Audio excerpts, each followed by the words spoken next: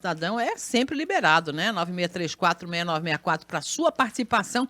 Mas agora vamos falar um pouquinho diferente em relação à segurança pública, né? Temos a satisfação de receber aqui nos estúdios para falar conosco ao vivo a nova delegada de polícia, muito aguardada pela comunidade sorrisense, doutora Laíssa Crisóstomo, que já assumiu seu cargo. Seja bem-vinda, doutora. Uma satisfação. Bom dia. Bom dia. Obrigada, viu, Marlene?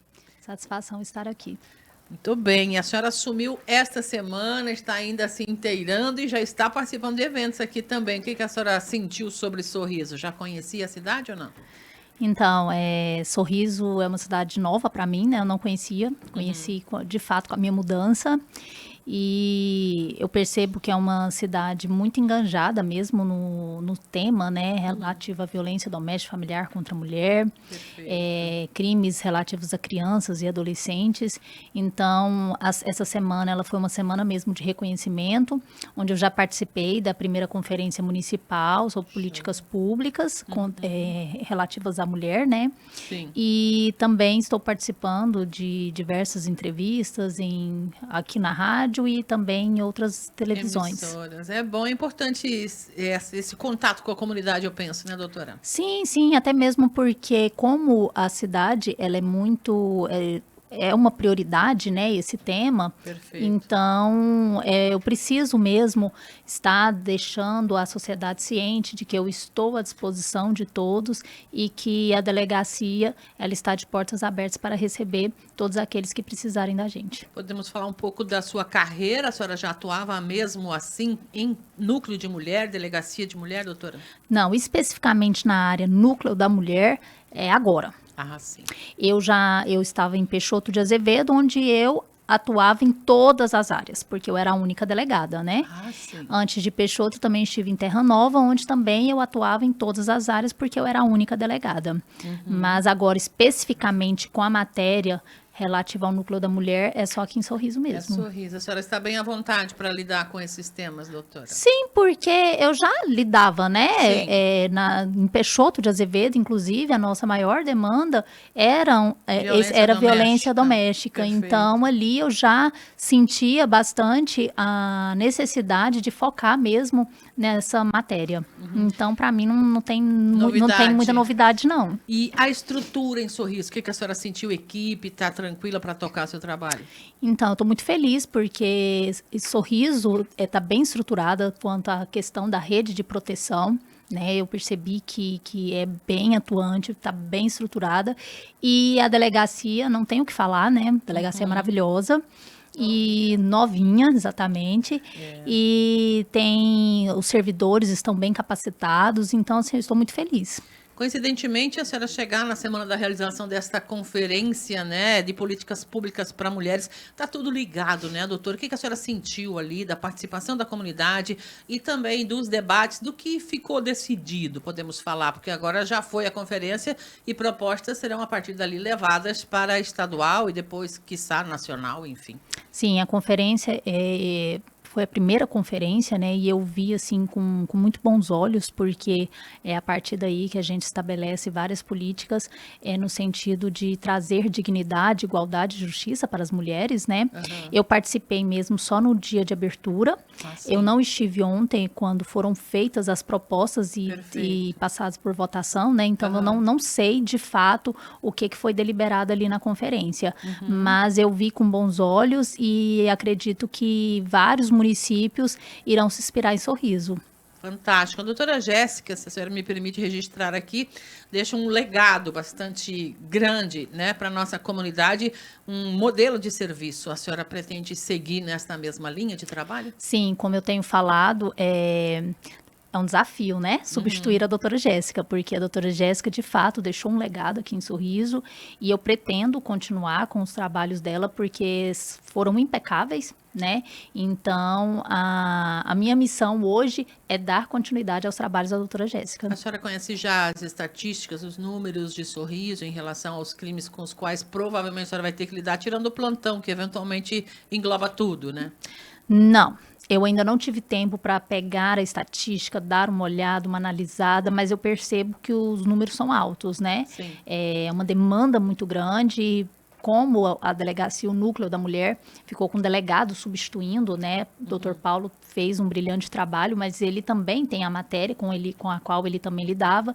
Então, assim, ficou muita coisa acumulada, né? Então, agora eu estou nessa fase mesmo de tentar deixar as coisas em dia para depois ir trabalhar com estatística, verificar o que a gente pode fazer, onde a gente vai atuar de forma mais veemente, né, no sentido de combater o crime e diminuir a violência. Diria, dentro especificamente da sua área de lida aqui em Sorriso, doutora, tem novidades recentes, a exemplo da lei do feminicídio, né? Agora não mais qualificadora, mas um crime em si.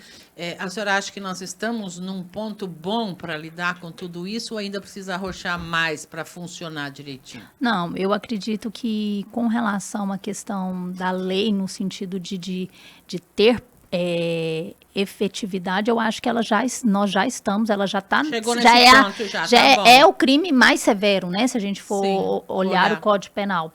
Então, assim, eu acho que agora é a gente estabelecer políticas no sentido de conscientizar a população a denunciar. Por quê? Porque quando chega ao ponto de ter um feminicídio é porque já houveram vários sinais antes e essa vítima não tomou providências no sentido de denunciar e sair desse ciclo de violência, né? Então, agora é trabalho de conscientização mesmo. Na primeira situação, procurar a autoridade. A pessoa, às vezes, fica receosa se aquilo é ou não um caso de polícia. Vamos dizer assim, doutora. A senhora recomenda que procure, nem que seja para conversar. Exatamente. Eu deixei, inclusive, foi uma das falas minhas na conferência, onde eu falei que se a vítima sentiu qualquer desconforto, procure a gente na delegacia, porque às vezes ela não quer registrar, ela não quer ter ver de fato uma punição criminal para esse homem, mas ali a gente conversa, a gente tenta estabelecer políticas no sentido de encaminhá-la para a rede de proteção e ajudá-la a sair desse ciclo de violência. A senhora já participou de algum encontro da rede protetiva aqui? Vai ter esse momento? Já sabe ou não está inteirada ainda disso? Não, eu ainda não tive esse tempo. O contato que eu tive foi ali na conferência mesmo, né? Perfeito. Ali eu já tive contato com algumas pessoas, mas esse encontro ali efetivo com a rede de proteção eu ainda não tive, mas em breve a gente vai marcar para estabelecermos esse contato pessoal ali e dar efetividade à rede, né? Falando especificamente para as mulheres agora, doutora, em que horários a delegacia funciona com o núcleo? Qual é a providência que ela deve adotar? Enfim, qual é o modo que ela deve agir para poder chegar até a senhora, o caso dela, caso tenha essa necessidade? Então, com o núcleo é o horário de expediente, né? Mas nós temos o plantão também, onde ela também pode procurar a polícia e que ela vai a ser atendida e depois o procedimento vai ser encaminhado para a gente dar continuidade. E ela pode ficar à vontade para procurar a delegacia. Se for no horário de expediente, ela vai ser atendida já pelas pessoas do núcleo da mulher, onde ali ela pode ficar tranquila que todo o sigilo vai ser mantido com relação ao seu caso em específico, né? E a gente já vai tomar as providências no sentido de solicitar medidas protetivas, de encaminhar para o hospital, de solicitar apoio psicológico, assistência social.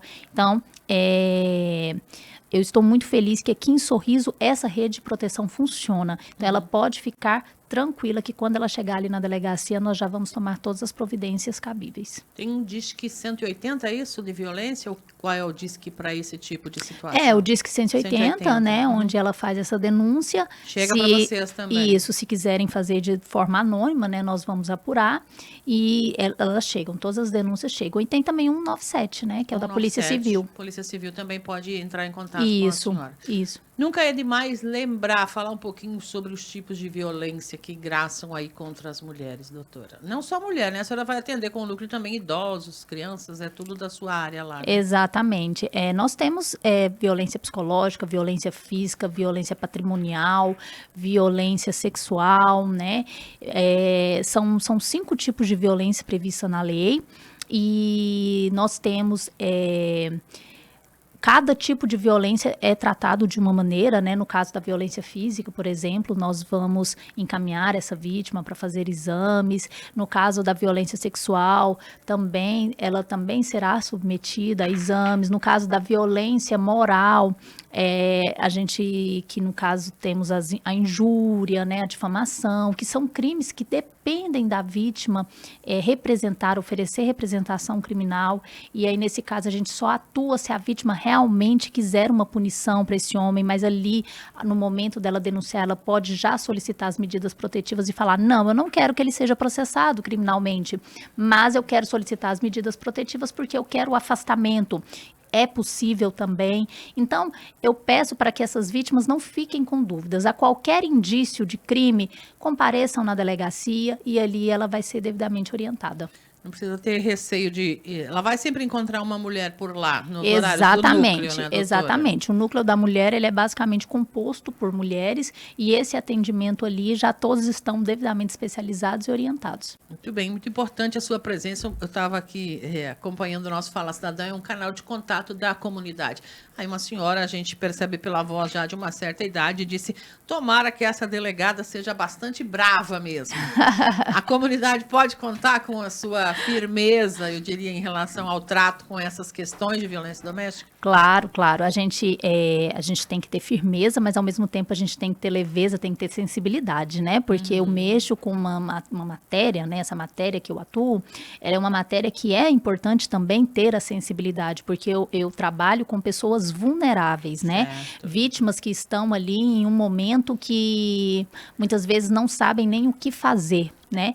Então, podem ter certeza que quando for necessário ser brava, eu serei, mas quando for necessário ter sensibilidade também com o caso, eu também terei. Tem que ter esse olhar, né, doutora? Até porque emocionalmente elas estão abaladas quando procuram ajuda, né? Sim, Milena, a gente precisa ter esse olhar mais sensível e ter empatia também, né? Se colocar no lugar do outro, porque às vezes é muito fácil a gente julgar, né? Ah, mas por que essa mulher não sai? N motivos, né? Então ali eu tento conversar, tento demonstrar qual o caminho, quais são os caminhos possíveis que ela pode tomar e deixo aberto para ela também que seja feito da melhor forma possível, né? Da melhor forma onde não haja para ela também que ela fique também revitimizada ou que ela se sinta culpada por tudo aquilo que está acontecendo. Então, eu tento ter esse olhar sensível e dar os caminhos melhores ali para ela, para a gente tentar tirar essa mulher do ciclo da violência. Doutora Laísa Crisóstomo, a nova delegada que responde pelo Núcleo da Mulher, Criança e Idoso aqui em Sorriso. Estamos conhecendo-a pessoalmente aqui hoje nos estúdios e vamos seguir um pouquinho, doutora, num assunto importante, porque nós estamos em período de recesso escolar, portanto, criançada em casa, e a senhora nos dizia aqui no intervalo que é importante atentar para algumas situações que envolvem esse período, né? Sim, muitas vezes os pais não têm com quem deixar essas crianças, né? E acabam deixando essas crianças com qualquer pessoa, sem muito vínculo, né? Então, o que eu peço? Orientem essas crianças, demonstrem para ela, falem onde que pode pegar, onde não pode pegar, o que é um carinho, criança, exatamente, porque muitas vezes essas crianças são abusadas e não têm nem consciência do que é um abuso, né? Perfeito. Então, deixar essas crianças cientes dos locais onde é permitido pegar e onde não é permitido pegar, porque já quando essa criança chegar a falar, ela já vai saber do que ela está, né, lidando, do que está acontecendo. Perfeito, é importante ter o cuidado e observar com quem se deixa, né? Sim, eu percebo muitas vezes que os pais, acho que não sei se por conta da dificuldade, e também por conta da dificuldade, né, porque precisa trabalhar, perfeito, tudo, e acaba deixando essas crianças com qualquer pessoa, sem muito vínculo, sem saber quem é essa pessoa de fato. Então procurem saber quem são os familiares, com quem convive essa pessoa, vamos procurar saber com quem que a gente está deixando nossas crianças, porque é muito sério, gente. Depois que acontece o crime, para a gente tentar reverter essa situação é muito complicado, porque vai ficar o trauma, né? fica, de alguma forma fica, ainda que talvez a criança nem saiba o que aconteceu agora, no futuro ela vai saber. Exatamente. Não, e muitas vezes, como uma forma de defesa, essa criança, ela bloqueia, né? Ela esquece. Sim. Ela cria um bloqueio, porém ela vai ter o trauma e aí ela não vai saber nem por que ela tem esse trauma. E isso vai levar para a vida dela, né, de adulta, Verdade. né?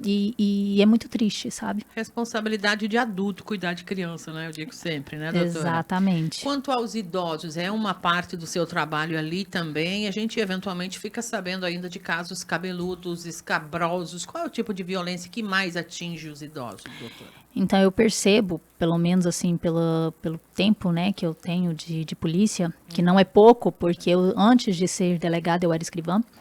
Então, a violência patrimonial. Patrimonial e também os maus tratos, né?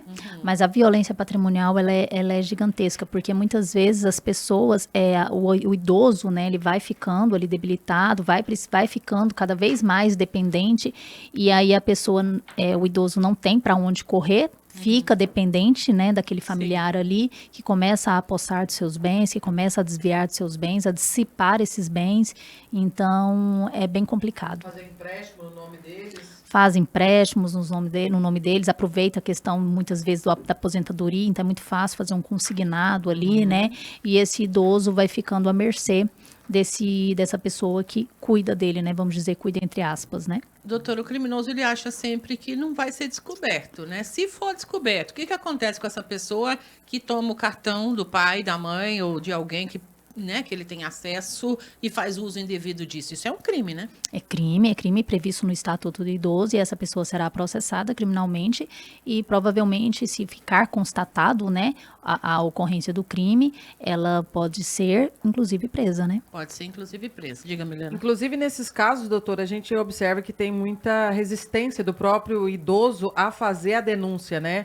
Justamente porque depende daquela pessoa para levar em algum lugar ou mora com essa pessoa e tudo mais. E nem todas as vezes a pessoa tomou o cartão exatamente. Muitas vezes ela cria uma forma de ludibriar essa pessoa, enganou ela. Isso, de fazer com que ela sempre ceda, né? Sim, por isso que é muito difícil da gente tomar ciência desse tipo de crime, porque muitas vezes o idoso não denuncia, não relata os fatos, e aí fica ali às escondidas, né? Um crime que está ocorrendo e o idoso, nem ele tem ciência da ocorrência desse crime. Então, a gente pede para que familiares mais atentos, né? Amigos desse idoso, fiquem atentos e, se perceber algo de estranho, denunciem, que a gente vai apurar, né? Pode ser que não esteja ocorrendo, mas se estiver acontecendo, a gente já vai cortar ali pela raiz. Que a investigação sempre será conduzida de forma séria, sem prejuízo a quem não deva nada, né? Exatamente. Tem tudo isso para a gente colocar, porque as pessoas têm um pouco de medo mesmo. Não, né? a gente vai investigar. Se ficar constatado que não houve nada, bola para frente. Agora, se ficar constatado,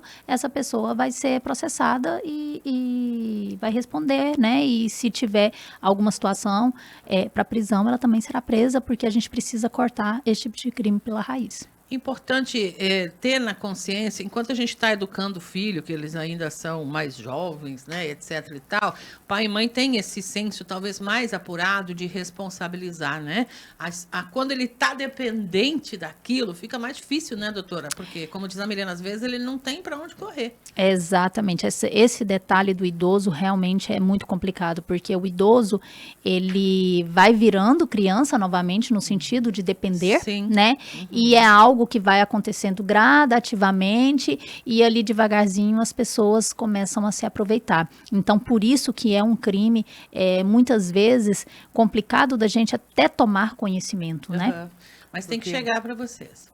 Diga, Milena. Porque tem a relação afetiva também, né? A relação afetiva. O idoso, por exemplo, alguns casos que a gente já presenciou, o neto mora com a avó no intuito de cuidar e, na verdade, ele acaba se aproveitando, né, da situação. Se aproveitando. E aí a avó fica ali, mas é meu neto preferido e tal, né? Sim, tem todo esse apego. Sim, tem casos que, inclusive, o próprio idoso, na hora de prestar as declarações dele, ele fala, não, mas isso está acontecendo, não, tal, sabe? E aí a gente vai ver, vai fazer toda uma investigação ali e a gente percebe que tem, sim, abuso, né?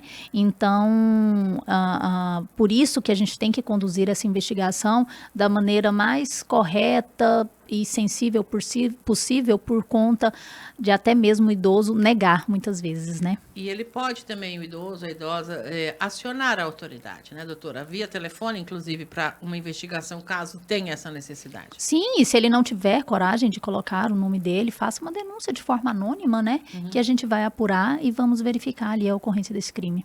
Muito bem. Doutora, mais uma situação só para a gente finalizar pelo menos essa parte dos idosos aí. Uma situação que até me questionaram algumas vezes, eu fiquei sem saber responder exatamente, se, por exemplo, assim, passar a responsabilidade dos netos, né, para o idoso. Ele pode também procurar ajuda para tentar resolver essa situação, porque muitas vezes os pais acabam entregando os netos para o avô cuidar e ele acaba se sobrecarregando disso. Sim, o idoso ele tem que buscar, né, a justiça, seja no cível, se houver alguma situação criminal, a gente lá na delegacia vai estar à disposição, mas nesse caso aí, muitas vezes é uma questão mais cível, né, a questão da guarda desses netos, né, então o idoso ele tem sim que constituir um advogado, seja na defensoria pública, para resolver esse problema, porque de fato é uma responsabilidade que muitas vezes o idoso assume e não é dele, né. E muitas vezes assume sem poder. Assume sem poder. E nesse sem poder entra, inclusive, tirar alimentos de si para dar para o neto, né, doutora? Com certeza. E aí entra também a questão da responsabilidade desses pais, né? Porque além deles não terem a responsabilidade sobre o filho, eles ainda estão sobrecarregando o pai. Então, é algo que não atinge só a criança, né? Atinge também o idoso. Então, a gente precisa verificar se tem uma responsabilização criminal com relação a esses pais dessa criança e filhos desse idoso, né? Para verificar de fato e conduzir de forma que a gente cesse, né? Esse problema. Doutora, a senhora falou já da sua experiência, nós precisamos ir encerrando, mas eu queria que a senhora deixasse um recado, principalmente para os homens que ainda acham que têm direito sobre corpo de mulher, ainda tem direito sobre mulher, que mulher não é um ser que possa pensar por si. A gente vê muitos casos, infelizmente, né? Quando chega para a polícia já se agravou bastante, mas eu tenho certeza que muitas mulheres que estão nos ouvindo aí vão se identificar com esse tipo de atitude com quem elas precisam conviver. E muitas vezes aceitam porque tem filho pequeno, tem uma série de coisas quando fala em família, né? Tem que ter essa sensibilidade. Mas que recado para esses, principalmente, a senhora deixaria aqui e depois para a nossa comunidade em geral? Então, o recado que eu dou tomei conhecimento dos fatos, a Polícia Civil tomou conhecimento dos fatos, esse procedimento será devidamente apurado e constatado, esse homem será julgado, né? A gente vai investigar e aí vai depois passar para o Poder Judiciário. Mas o que eu digo esse homem ele precisa conscientizar que ele não é dono dessa mulher, que essa mulher ela tem vida própria, né? Então, se ele não quer ser responsabilizado criminalmente, então que ele mude o comportamento dele, porque se chegar na delegacia, nós vamos apurar e, se for o caso, prender para que esse comportamento possessivo, agressivo, cesse imediatamente. Muito bem. E a comunidade?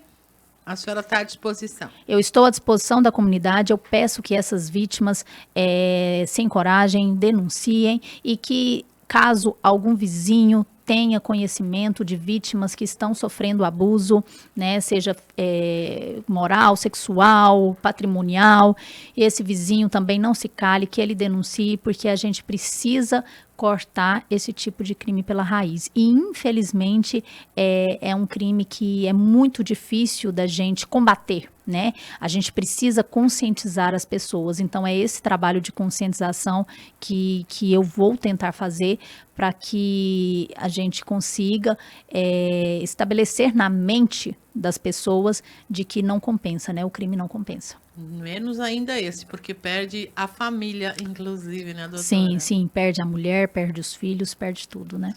Muito obrigada, doutora Laísa. Nós estamos aqui deixando esse microfone à sua disposição. Quando a senhora sentir necessidade de falar com a nossa comunidade, por favor, nos provoque também. E lhe desejamos boas-vindas, um excelente trabalho aqui em Sorriso.